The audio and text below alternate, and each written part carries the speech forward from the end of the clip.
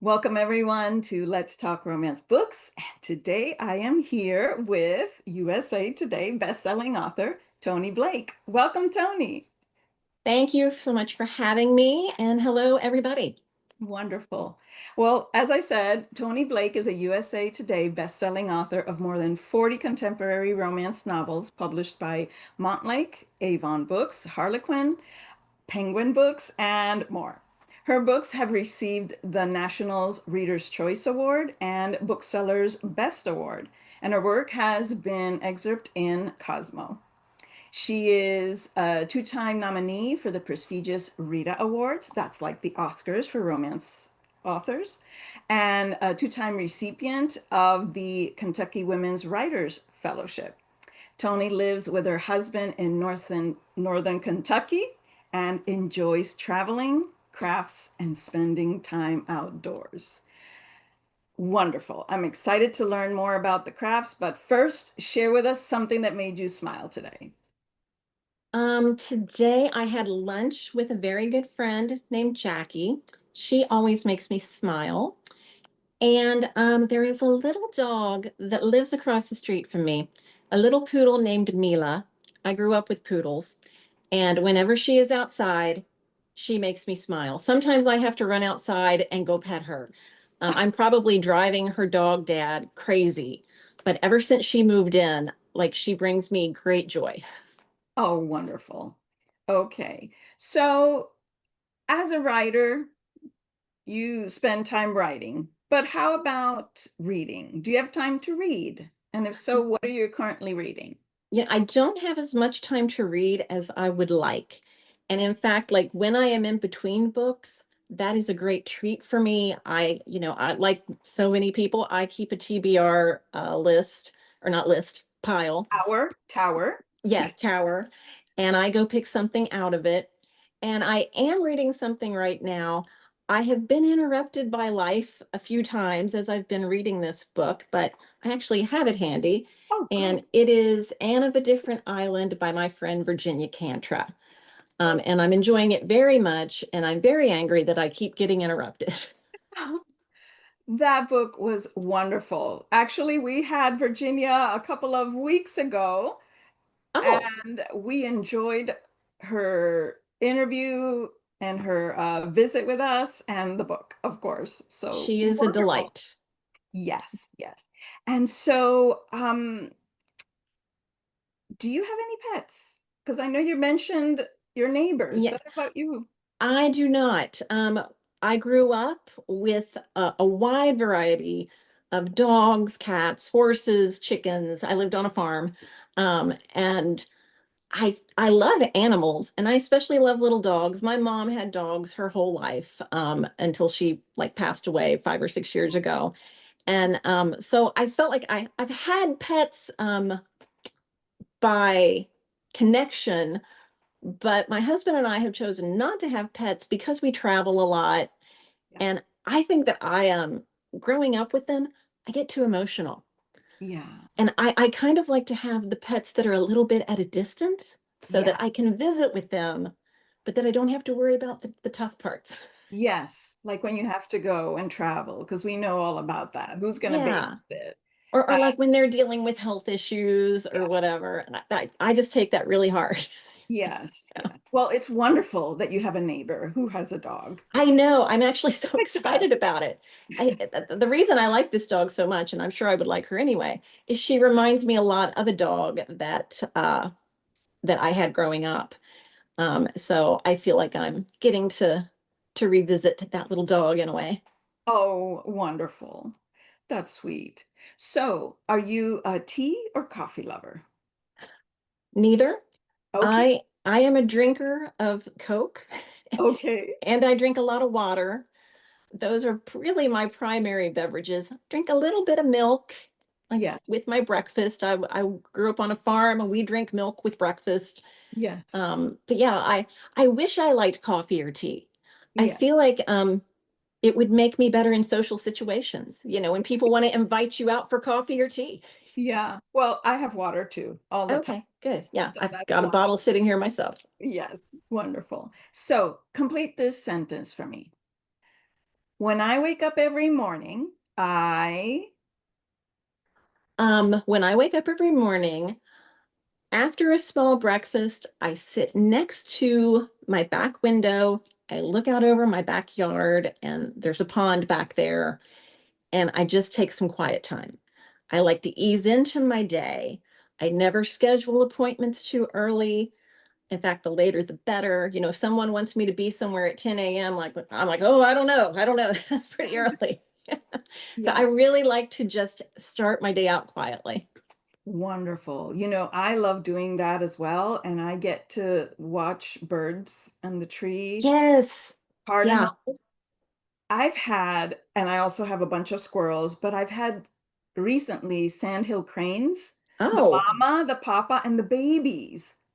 They come by. oh my gosh. Because Yes. sometimes we get like something like crane-like, Yeah, but yeah. I've never seen like a family. That's Oh, exciting. yeah. So the sandhill birds, they don't fly when they have chicks. So Oh, until the baby learns how to fly. So they walk all around the neighborhood. And then since I have bird seeds, they come by and pick. oh my gosh, that's cool. Yes. That's really So cool. nature is Yeah. beautiful and it's so relaxing. So I love that you do that every morning. Yeah, I'm very nature oriented. Wonderful. So name one thing on your bucket list. Um, you read in my bio that I like to travel. My husband and I travel a lot, and we've done a lot of international travel in recent years. In fact, we just got back from Portugal a little over a week ago. Um, but I want to see all 50 states. I've been to 45, and I want to get to all 50. And I need to get my husband back on the domestic travel thing. And I think when he retires, which is not in the too distant future, I think, I'll have better luck with that then. Wow, that is on my bucket list too. Yeah. It's a good one. It's Yeah, a good I one. haven't Yeah. I haven't been able to travel, but now that I'm empty nesters, I said I can plan a weekend or small getaways and then maybe Yeah. reach the 50 states. But I would love to go to Portugal, so I need your tips It's and yeah, advice. I'm happy to give it, and it's awesome. Yeah. Really, it exceeded my expectations. Oh, wonderful, Yeah. wonderful. Weirdest or unique thing you own? Okay, I've got a good one. I have it right here in a little pouch, and I have to be very careful Okay. getting it out.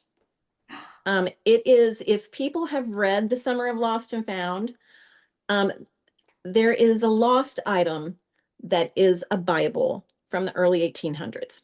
And this is the real Bible. Wow.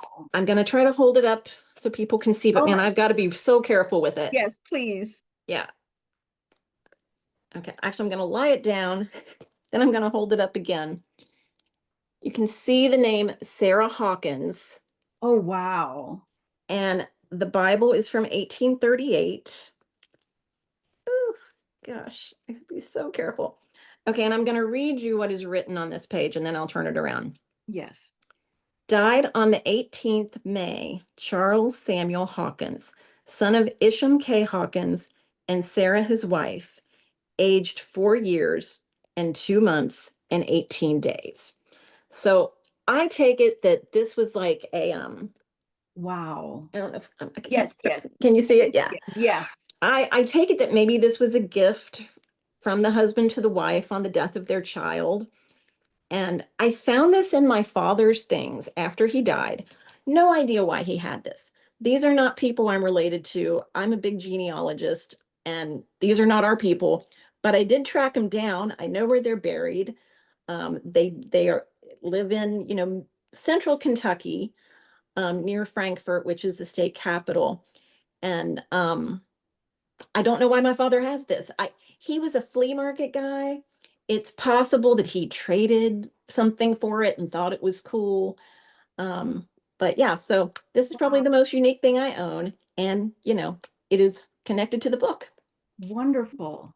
So I almost want to jump to that one, but first, you mentioned crafts and outdoors. So what are your hobbies or particular skills aside from Okay. reading and writing? Okay. So we've covered travel. Hmm. I walk every day. Like I do it religiously. It's not that I have a huge number of steps, but I will get my steps in, like unless I am so sick or have, just had surgery or something. Like, I mean, if I can physically get them in, I get them in no matter what. And I think it has really increased my stamina. Um, and I started it, and this is sort of jumping ahead a little bit too, but when I was going through cancer treatment, when I was having radiation, they say, well, if you walk 4 days a week for 20 minutes, it wards off fatigue. And I thought, well, then I'm going to do it twice as much as that. And because I thought, why not ward it off twice as much? And it didn't Yeah. sound like a crazy amount of walking. So I started doing that, and it just became something I'm very committed to.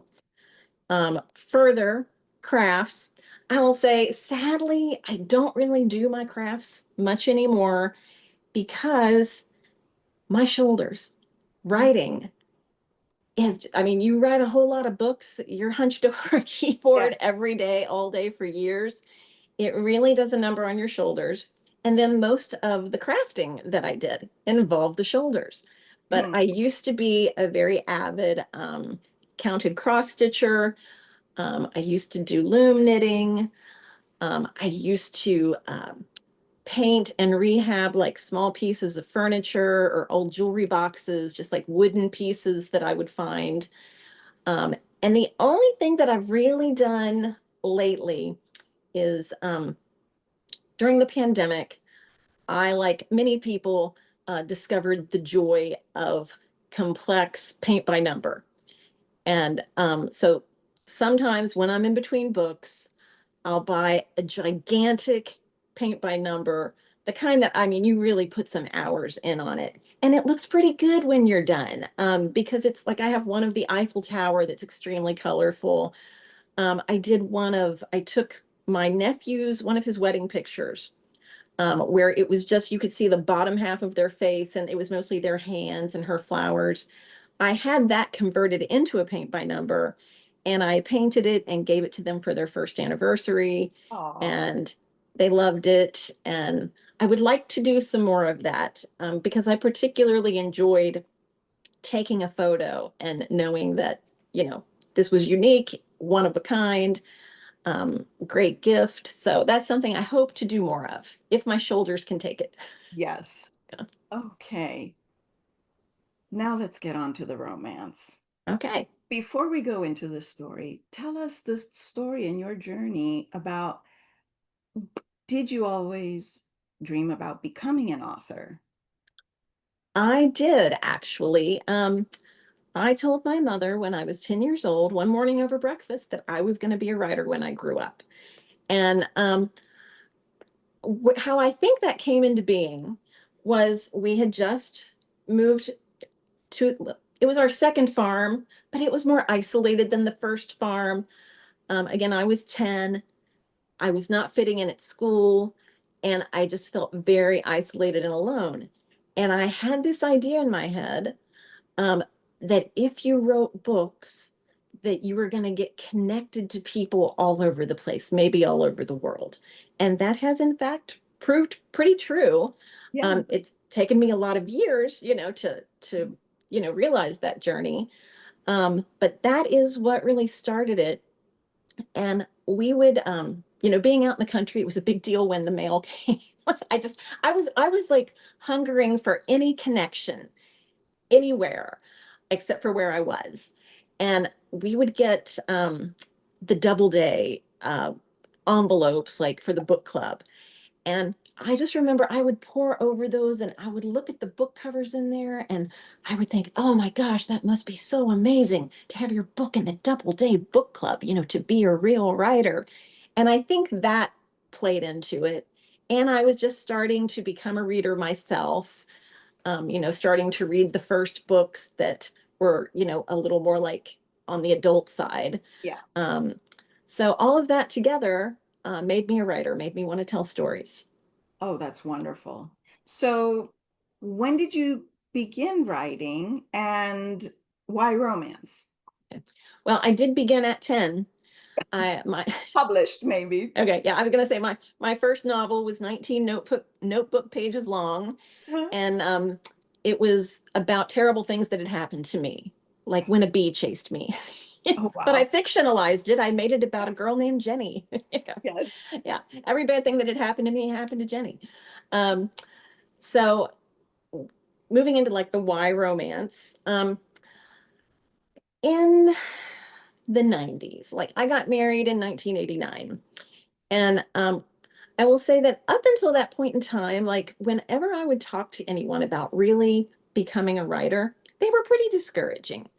Like my high school guidance counselor said, you can't really do that.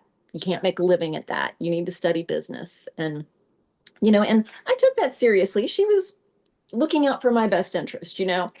But it kept me pushing it off and thinking, well, why should I be writing if, it's going to be something that I can't really pursue? That'll just make me sad.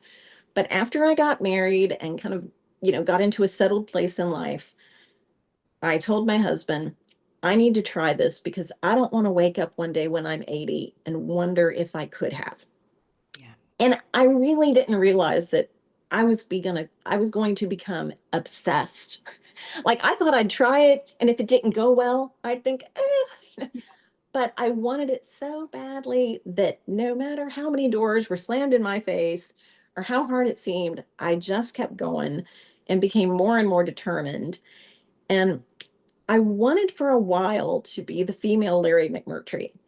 I was a big Larry McMurtry fan and wanted to write, sweeping Western epics. And then I was kind of dabbling in literary fiction. And then one day, a friend who was in my critique group came to me and handed me Jennifer Cruzy's first three novels. And she said, read these. This is what you should be writing. Prophetic words. I thank her for that to this day. I had read a few romance novels. In my opinion, they were not good ones. They were very violent. They were things that just did not, Yeah. draw me in. But when I read her books, I saw how smart and funny and sexy romance could be. It was just so different than the concept of it in my mind. And I really never looked back. And I actually made a few notes. So if I'm looking off to the side, Yeah. um, the reason that I love romance, and I've got a few of them, um, it's the only genre that is by women, about women, for women.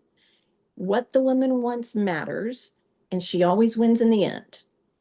Plus, who doesn't love falling in love? Every time we read a romance novel, we get to fall in love all over again. Yeah. So that is why romance. Yes. I love the different ways that that people can fall in love. Yeah, That's the beauty. right. Because most of us in life, we fall in love once, maybe two or three times. Yeah. But in romance novels, you can just do it over and over again. Yes. So do you, because I know you write romance, but do you dabble in other subgenres? Because I know this one. Yeah, not so much. Well, I will say, like in this book and in some books that I wrote like 4 or 5 years ago, I've kind of expanded into women's fiction. Mhm. And like this book, very much I would call a hybrid Yes. between romance and women's fiction. My next book that comes out, I would say is the same, maybe with a little more romance. Mhm. And some books that I wrote for HQN back around 2020, a trilogy. It was called the Summer Island Trilogy. I felt was very much a women's fiction romance hybrid. Okay. So can you share three important facts that readers can expect to find in either the Summer of Lost and Found, or any of your books? What are three things that readers can Okay. expect? Um, I I knew you were going to ask me that, so I thought about it, and I kind of focused on qualities that I think Sure. my books have. Yes. And I'm looking at my notes again. So if you see my eyes darting off to the side, I think they're all very emotional. Hmm. I think they're all very heartwarming, and I think they are uplifting. Like life affirming, if you will. Like if you've closed the book and you do not feel uplifted, then I have not done my job. Yes. Well, you definitely did it Thank you. with the story of Lost and Found. Thank So, you. can you tell us what was the inspiration behind the Summer of Lost and Found? Yes. And there are a lot of times that you would ask me that question about a specific book, and I wouldn't necessarily, know, but I know exactly the second that this book was conceived. Um, as I mentioned, back in 2016, I was diagnosed with breast cancer. That was in February. By April, I was having chemo. And there was a day when my husband needed to go to work. He was staying home with me. Yeah. I really could not take care of myself. I was not in a good way. And a friend of mine came over to babysit me. She is an editor in the business, and she knows my work really well. And, like we spend a lot of our time talking about books. So I was feeling very sorry for myself as I was lying on the couch, I was weak as a kitten. And I said, I guess this is just going to be the great lost summer of my life. And because when you are in this business, everything is framed around like, books and storytelling, like that is the lens through which you see the world. Her response to what I said was, she said, Lost Summer, that's a book title. And I said, You're right. It is a book title. I said, When I get through this, I'm going to write that book. Now, as you know, the book is not called Lost Summer. It is called The Summer of Lost and Found. But when I wrote it, it was called Lost Summer. Titles change during production. Yeah. I don't mind that. It's a good title. In fact, I almost think now that Lost Summer sounds sadder than Yes. the book actually is. Yes. So I actually think the title that it got is perfect. It's kind of intriguing, It's hits a lot hopeful of notes. Yeah, because it was found, the lost and found. exactly. So it's both lost and found. Yeah. Yeah. So, but in my head, I had this book called Lost Summer, and I spent a lot of time when I was still in treatment and after treatment thinking about what would a book called Lost Summer, what would that be about? And it was so cathartic to just in my head be coming up with story, be writing dialogue in my head because there was a time during chemo that I really feared for my creativity. Mhm. There were days that I could barely form a thought, and that was like the worst thing for me. Yeah. My brain is my favorite part of me, Yeah. and if it's not working, I just don't even I didn't even recognize my brain. So to see that I could still be creative, I could still come up with stories and plots and interesting characters was extremely cathartic for me. Mm. And that is how it began. Great. That's a beautiful way of, you know, turning, how do you say, a difficult, challenging time into something hopeful. So, can you tell us about Jessica Yeah. and Um, and Matt, yeah, and Matt? yeah, Yes. yeah.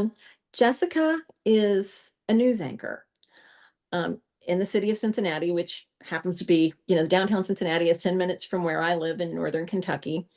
And I don't typically necessarily write about where I live. That's something I've actually just started doing recently. Um, but so Jessica is a news anchor. She's gone through breast cancer treatment. She's done with her treatment. She is ready to get her life back. She's excited. She wants to come back to work. And when she lets her boss, who is also her best friend, know this, she finds out that the people in charge aren't necessarily ready for her to come back. Mm. They aren't necessarily ready to have the woman with no hair back on the air. Yeah. And she finds herself suffering from ageism, beautyism, just suddenly being treated like less than she feels like she is. And her boss slash friend, he keeps trying to sugarcoat it because it's not him, it's the management. And he says to her, "Well, why don't you take the summer away just to fully recover? Why don't you go to my late grandma's cottage in this little cute town in the Appalachian Mountains?" And she doesn't really want to go, but she goes because she's like, "Well, what better do I have to do?" And, he says it's charming. He says it's idyllic.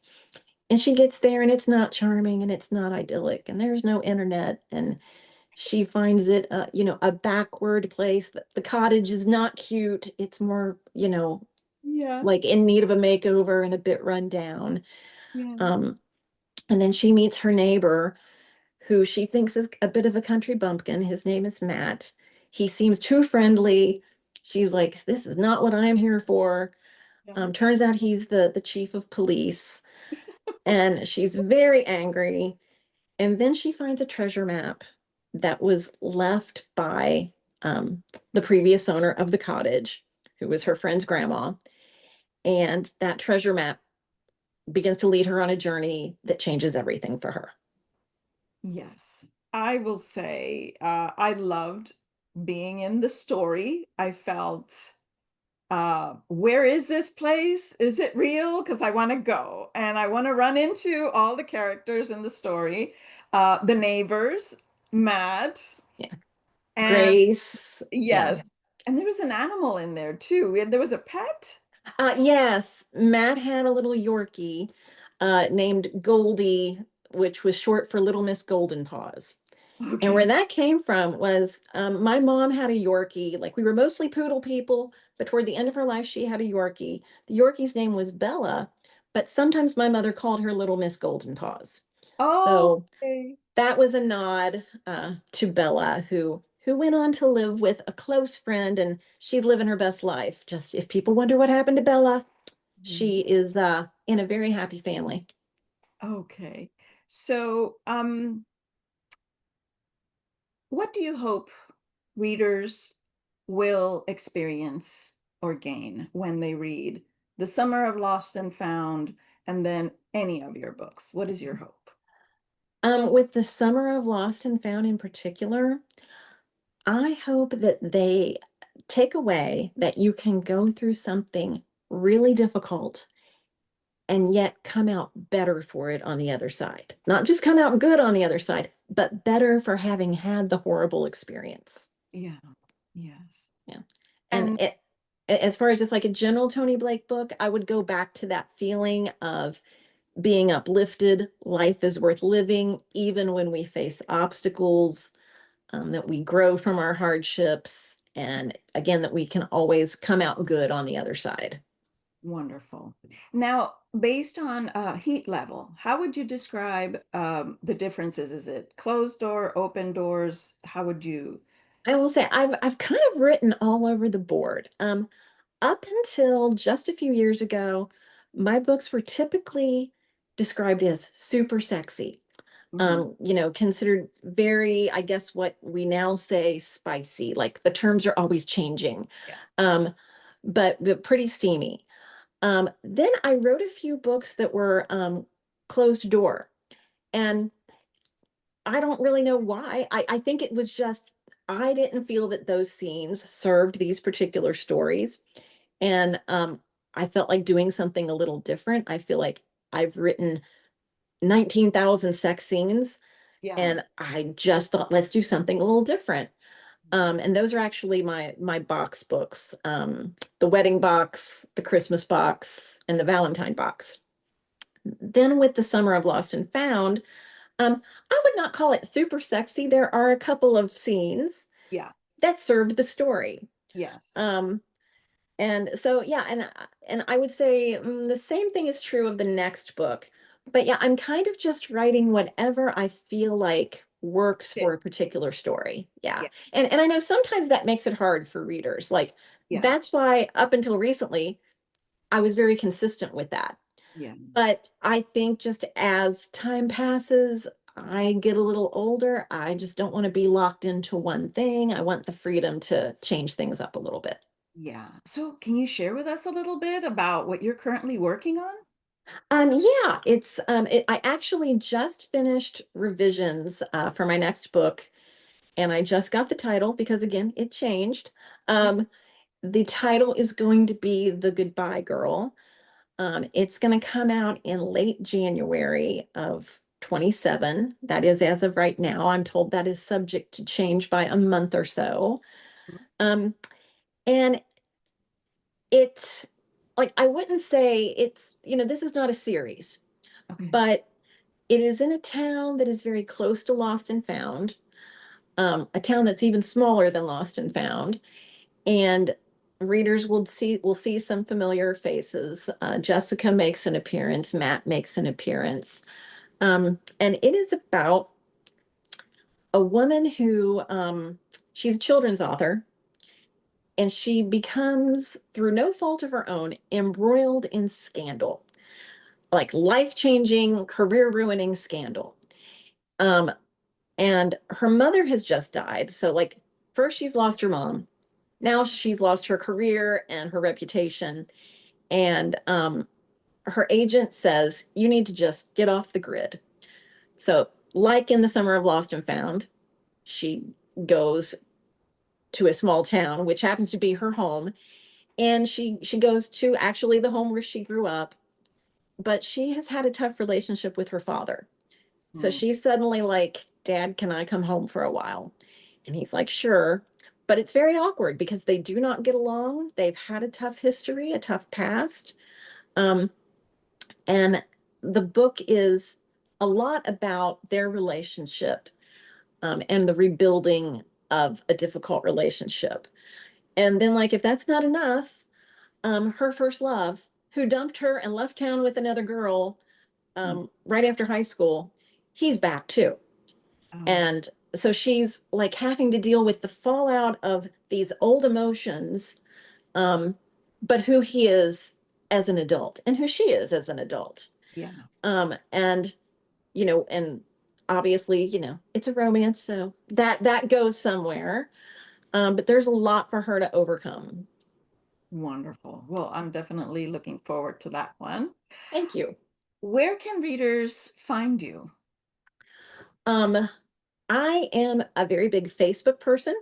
Mhm. They can look for author Toni Blake, and it might even just come up under plain Toni Blake. I'm not sure. That can vary on Facebook. Um, I post there every day, and we have a super nice community of readers that hang out there with me.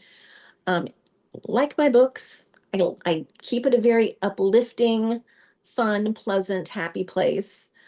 I think of it as, that little corner of the internet where you're not going to get any of the bad stuff. Yeah, yeah. Um, they can visit my website, toniblake.com. They could sign up for my newsletter while they're there. I think that is at the bottom of the main like homepage. And I am also on Instagram and TikTok. I am not there as often. Mhm. I keep telling myself I'm going to be on Instagram more, and then I go to Instagram and I see people who've sent me messages weeks ago, and I'm like, oh my gosh, they think I'm ignoring them. Yeah. But yeah, but so I think I'm also on like Blue Sky, Threads, Threads. but it's so much. I mean, I cannot keep up, and that's why I keep up with Facebook. And then if I can find extra time, I hit Instagram, occasionally TikTok. And then if I really have extra time, that's when I would go to Threads or Blue Sky. But I'm Yeah. terrible about that. But if people want to hang out with me on Facebook, I would love to have them there. Yes. And to definitely sign up for your newsletter so that they get all the Yes. updates and fun news. Yeah. And I will say, I don't send the newsletter as much as a lot of authors, typically when I have a new release. Okay. But usually, like, that way you're notified when a book comes out. If you want to follow that, it will land right in your inbox and you know that a new book is out.